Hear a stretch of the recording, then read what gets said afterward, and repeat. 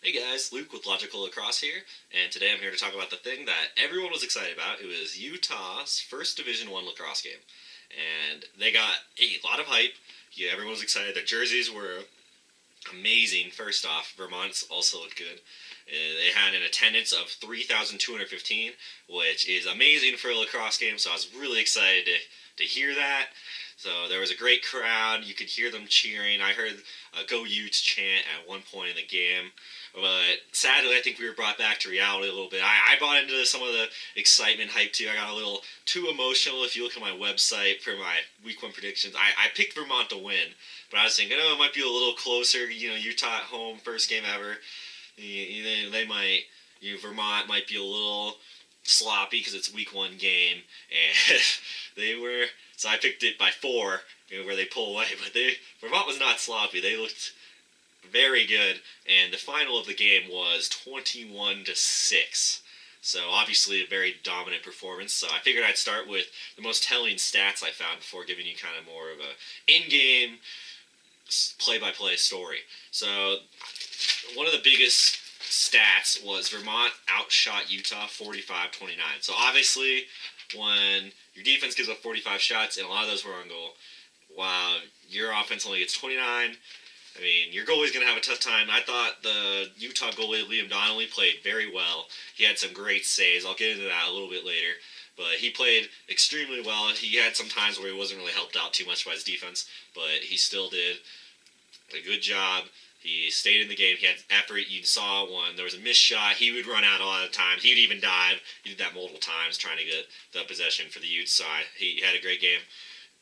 The next stat, this is the biggest one I think, was the man up, where Vermont went 3 for 3, so 100%. And they happened at key points. I mean, they moved it so fast. I mean, the ball was out of their stick in 2 to 3 seconds, getting shots off the backside. I mean, they got into the middle. They got it was just everywhere, right off of passes. I mean, they got the ball out of their stick in 1 to 2 seconds, and that is huge. That's what you want if you're a coach. So if you're a high schooler watching this and you're an offensive player, then you need to know to get the ball over stick in 2 to 3 seconds at max if you want to be starting and be an elite player. But I think what really killed them, besides the 100% man up for Vermont, was Utah going 0 for 4. So they did not get a single conversion. And there were times early in the game, I'll give the end of the first, it was 6-2, and Utah got some man ups. And I was thinking, if they convert some of these, you make it, 6-4, 6-3, 7-4. I mean, it's still a tight game. I mean, clearly Vermont was better, but I was like, the man up can really swing a game even if a team's outplaying you. If you can convert on the man up, I mean, you can still squeeze out a victory or make it closer than it really should be. But no conversion. They had some long ones too. I mean, they had just sometimes they had some bad shots. Some of them were good saves by the Vermont goalie where Vermont got the ground ball, and they pretty obvious they dominated on the ground balls. They were better in the scrap. Utah did get some good ones though. Saves, I mentioned goalies a little bit. So Vermont had 9 saves, and that was Nick Washuta with those saves, and while Liam Donnelly of Utah had 11 saves. We'll talk about them a little later when I talk about the most impressive players for both teams. Turnovers, 9 for Vermont. Maybe you want to bring it down a little bit, but it's pretty good. I mean, I'd say that's pretty good. And Utah had way more with 14. So they're going to need to bring that down. I thought a reason they got a lot of turnovers, and you could tell that the chemistry wasn't quite as good as is with Vermont. I mean, those guys have been playing with each other for years. Utah had sometimes they'd have an open guy, you pass it, and it'd go over his head or it'd be behind him, and then Vermont gets a ground ball or it goes out of bounds. Or sometimes the Utah player would dodge, and it would get a little physical, and then he'd go to make a play, but the ball would come out of his stick, and then Vermont would pick up the ground ball. And that was really killer for Utah. That really did not help the defense out, as the defense had to play a lot more than the offense had the ball. So the time of possession was clearly in Vermont's favor. I did not see a stat for it, but if you watched the game, which some of you may not have, because it was on Pac-12, which was kind of a pain to get to, but it was pretty obvious. You can look at, like I said, the shots, 45-29. I mean, clearly you're going to have the ball more when you're shooting it that much. But turnovers were big. One impressive stat for both teams was Vermont was 14 of 14 on their clears, so 100% on that, as well as their mana, and which is really good. The coach of Vermont before the game was talking about how they were ranked 54th in the country on clears last season, and he was not very happy about that. And he promised they're going to be better. Well, he started out as good as he can as a 14 to 14 clear rate, and you literally can't get any better. So that was really impressive. Utah 9 of 10 on clears, so Coach Holman will be able to find some positives out of that. I mean, 90%. I mean, if you're a lacrosse coach and your team's clearing at a 90% rate, I mean, that's great. Anything below that is not what you want, but 90%, I mean, it's about as good as you can ask for. So I'd say those are, 7 penalties. And it was kind of interesting because there was no penalties in the first quarter, but it got a little chippy, and I'll get into that a little later in the game story, but there were some pretty big hits, the cross hit in the back of the head, and that's when it really went bad for Utah, but there were some chippy hits, and it was kind of exciting, but also, I mean, there were some 2 Vermont players that got hurt from those hits, and I think they're okay, so I'm hoping they're okay.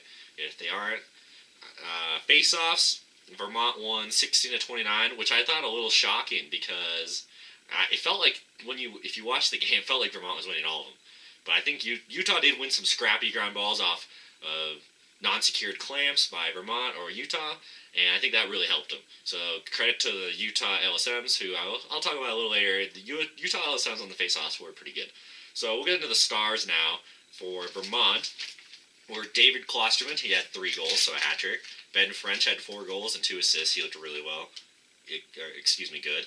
Rob Hudson had 3 goals, 1 assist. So 3 offensive players and 3 hat tricks. Obviously, you're going to be putting up some pretty high offensive output with those numbers. So the coaches are going to love that. Vermont's going to have to carry that into some more competitive games.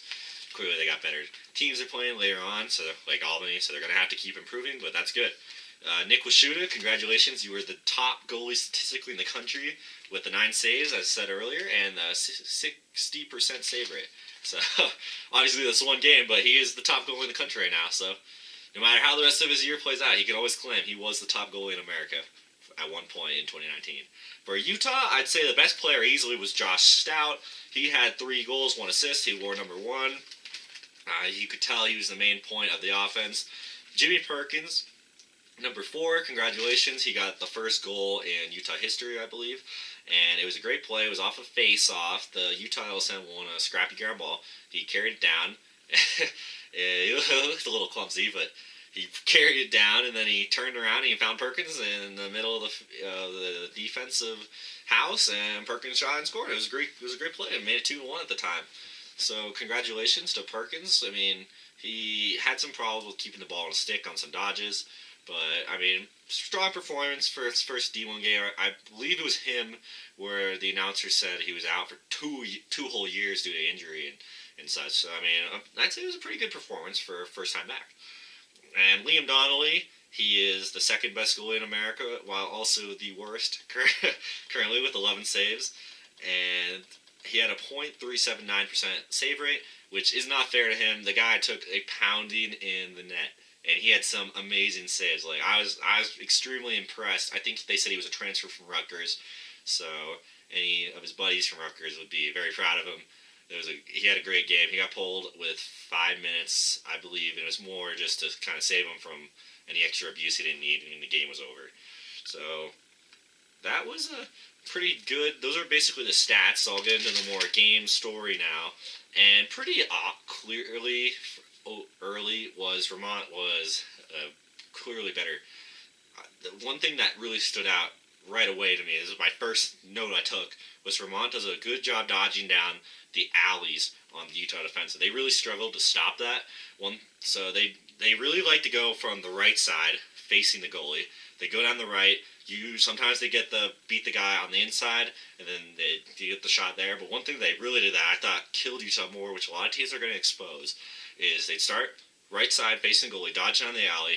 They would pass it to X. The guy from X would pass it immediately to the left side of the goalie, and then that guy receiving the pass would shoot it opposite pipe and score. So Utah's going to have to cover that better. The announcer made a good point about the footwork and getting a little slow on the slide. So they're going to have to work on that, because I guarantee you everyone else is noticing it that are Division I coaches if I'm noticing it. So that's one thing. The Utah Wing D struggled. They were decent up top until it was clear they were just fatigued. So they're going to have to work on that. Some backpedaling, some little bit better footwork, moving backwards. So that's kind of what they're going to need to do to fix that. They had some good turnovers, though. I mean, there were some good plays. They caught the ball well.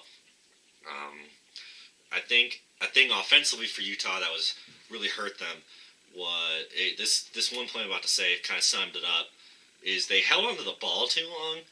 Sometimes the guy would hold it for 4 to 5 seconds, and there's this one play where the Utah guy was on the left side of the field facing the goalie, and he was hoping someone would move, and the Vermont guy came up and played him. He was poking him, and the Utah guy moved all the way around behind the cage, went to the other side, past goal line extended, over goal line extended again, and so he's on the right side of the field now, and there were still 4 Utah guys standing in the house, and I felt bad for the guy. He tried to pass it to them, clearly fatigued, and the Vermont defender tipped it and took it away, and then I think they scored off of that.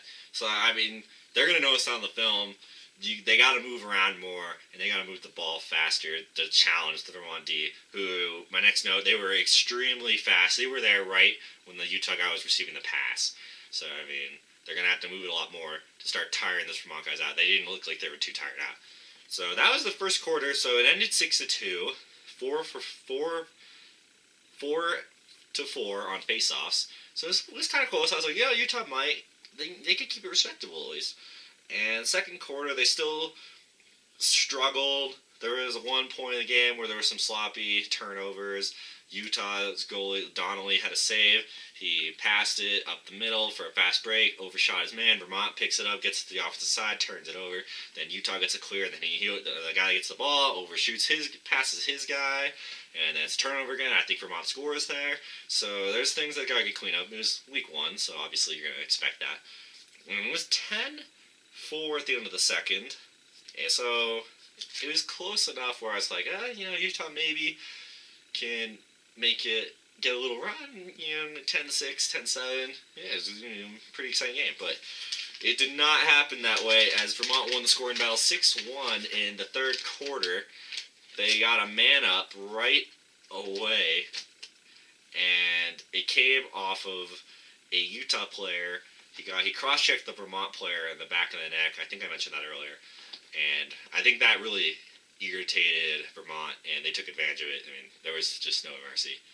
And Utah got some man-up opportunities in the third to maybe stop the bleeding, and they just couldn't do anything. They would turn it over, it'd be a bad pass or a shot, the goalie would save. And with the new shot clock, it was pretty easy for Vermont to run it out. There's no warning of a stall or anything like that, which I prefer. So 16-5 at the end of the third. There was one nice goal by Utah where they had the guy, he had on the left side, facing the goalie. He swept, I think there was another midfielder. He swept across towards the man with the ball. Man with the ball sweeps right, gets to the center of the field, shoots it, hits the low corner-ish. And that was probably the best goal Utah had all day. Probably won't get talked about too much from the press, but I really enjoyed that goal. That's what you want to see from offensive movement. So fourth quarter, honestly, kind of boring. The game was over, 16-5. Utah had another opportunity for a man up. They didn't convert. Kind of the story for them. Believe me, they will be talking about that. Vermont had a lot of their scout team in, third, fourth string guys, and they kept shooting and scoring. Which it was good to see for those guys. Some people might be wondering, thinking Vermont was a little douchey with running it up. I would say to that if any D1 coach will tell you that, especially if they're a defensive guy, that if you don't want the other team to keep scoring on you and running it up, then you just need to stop them. That's the best medicine, and that's 100% effective from having the score ran up. So, obviously a little bit of a bummer to see that continue happening, but, it's survival of the fittest. These coaches are coaching for their jobs. It's their life, how they feed their family. So, they're not going to let off the gas, because that's how teams come back when you're playing a team that is capable of mounting a comeback. And just look at the Atlanta Falcons against the Patriots in that Super Bowl. They kind of let off the gas, and that's what happened. So, they got to send the message early to his team. So, that basically sums up the game for the whole thing. It was exciting. Utah first year program, I'd like to say to people that are kind of saying, oh, Utah sucks now. Utah, I mean, it's a brand new program. You can't expect them to be too good. I mean, most of their rosters, kids that were just in high school last year, and they got a couple D1 transfers, and then some guys from the club team. I mean, all those guys clearly have talent. You could see it, but I mean, it's these high school kids, basically high schoolers. First D1, real D1 game, and some 18-year-old kid and some 210, 6-foot defenseman comes up on you and starts hammering you. I mean, it's totally different than a scrawny little high school sophomore doing it. So, I mean, there's just a little bit there's going to be some growing pains, but, I mean, we want to stick with Utah. Congratulations to Vermont for a good game, but you want to stick with Utah. If you're a lacrosse fan and want the game to grow, you got to stick with them when they're going to take their lumps. Because the next step for the game, to me, for where we're going to get our next big football programs with lacrosse teams, is the Pac-12. They're the most interested. So we want Utah to do well so other Pac-12 teams get a team, like Oregon. But, again, that'll probably sum it up. I will have more posts on YouTube and articles. You can follow me on Twitter or Instagram at logical_lacrosse. I'll have words on the screen here for you guys so you can type that in. And I'm also excited to announce that my website, which I've been kind of hyping up a bit on social media, has finally launched. So you can see all my articles, predictions for games. I had my conference projections. So some of those I'm sure will be wrong. So you can go there. I'll be sure to have plenty of analysis week by week. I'll keep track of statistics, leading scorers, your best defenseman.